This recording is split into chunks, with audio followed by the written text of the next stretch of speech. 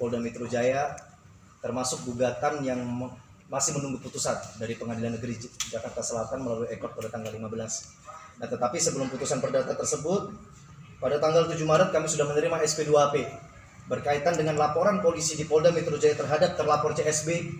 Terlapor CSB telah ditetapkan sebagai seorang tersangka oleh Polda Metro Jaya.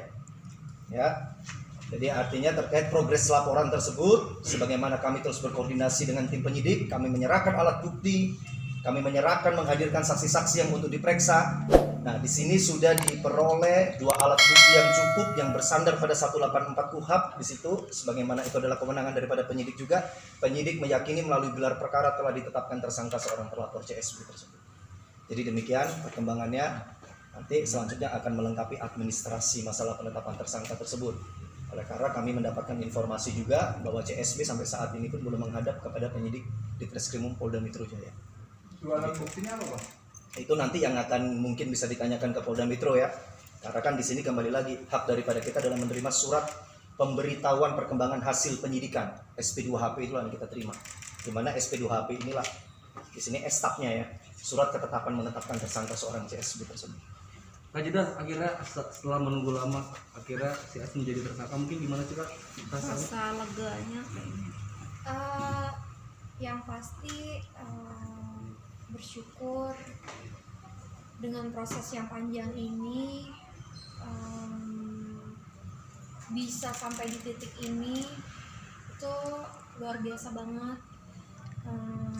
Terima kasih buat suami, buat tim pengacara juga, Bang Roland Foto, dan juga yang pasti aku mau terima kasih buat Ditreskrimum Polda Metro Jaya yang sudah membantu luar biasa atas penanganan kasus yang terjadi saat ini, dan lega akhirnya bisa membuktikan bahwa terlapor CSB saat ini sudah ditetapkan sebagai tersangka. Jadi ya ini adalah buah perjuangan kita semua menggapai keadilan, menegakkan hukum di Indonesia. Semoga kejadian kayak gini juga nggak terulang lagi. Mudah-mudahan ini bisa menjadi salah satu contoh buat orang yang mau berbuat jahat, jangan macem-macem, karena hukum di Indonesia itu akan tetap bisa ditegakkan seadil-adilnya gitu. Berarti CSB akan diintimidasi secara paksa berarti ya? Seharusnya terhadap seorang yang sudah ditetapkan sebagai tersangka dapat dilakukan surat perintah penangkapan dan penahanan, tetapi itu adalah kewenangan dari penyidik. Oleh karena kan tetap dari penyidik nanti akan memeriksa lebih lanjut ya, di mana keberadaan si terlapor dan sebagainya. Tetapi dari status saksi yang sudah dinaikkan seorang tersangka, jelas itu kan begitu, dapat dilakukan surat perintah penangkapan ataupun penahanan, dan itu yang akan kami mintakan juga terus ke dari pihak Kak Jeddah. Oke, dari pihak Kak Jeddah tuntutannya apa aja sih Bang? Kalau dari kita ya kembali lagi sesuai dengan bukti-bukti yang kita laporkan kemarin, ada sebagian berupa mobil, sebagian berupa uang kan begitu kan. Itu yang artinya kemarin kan kami lapor katanya dari pihak lawan mengatakan bahwa ini kerugian PT lah, ini segala macam kan begitu kan. Nah di sini kan kami tetap dari awal kami preskon pun kita ngomong bahwa kita akan bertanggung jawab terhadap laporan polisi ini. Cuman penanganan terhadap dugaan pasal 378 dan atau 372 KUHP berkaitan penipuan penggelapan, penanganan penyidikannya ini pasti berbeda dengan kayak contoh penganiayaan dan sebagainya. Harus memeriksa alat bukti. Di sini kan penyidik sudah profesional kan begitu. Sampai akhirnya di dalam gelar perkara yang dilakukan oleh Ditreskrimum Polda Metro Jaya dapat menetapkan terlapor CSB tersebut sebagai seorang tersangka. Ini kan bukan asal-asal kalau Ditreskrimum Polda Metro Jaya kan begitu. Pasti kan melalui prosedur hukum kan begitu.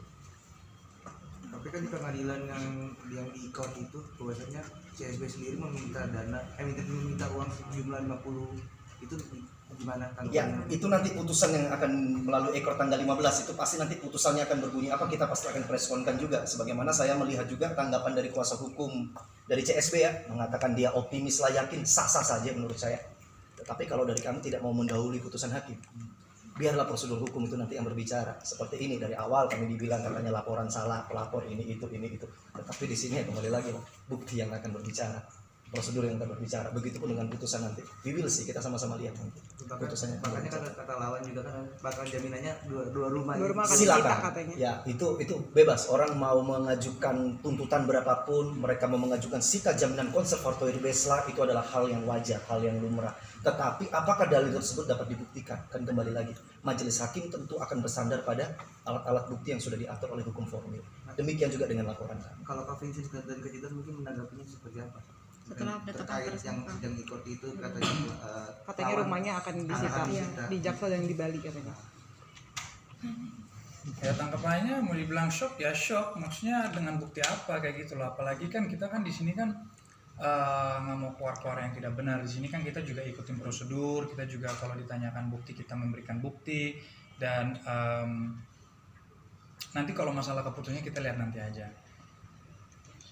Seoptimis apa sih Kak Jedar akhirnya uangnya bakal kembali? Ya dengan proses yang segini panjang ya mudah-mudahan bisa memulihkan kerugian yang aku alami. Itu yang pertama ya. Yang kedua ya semoga bisa cepat selesai.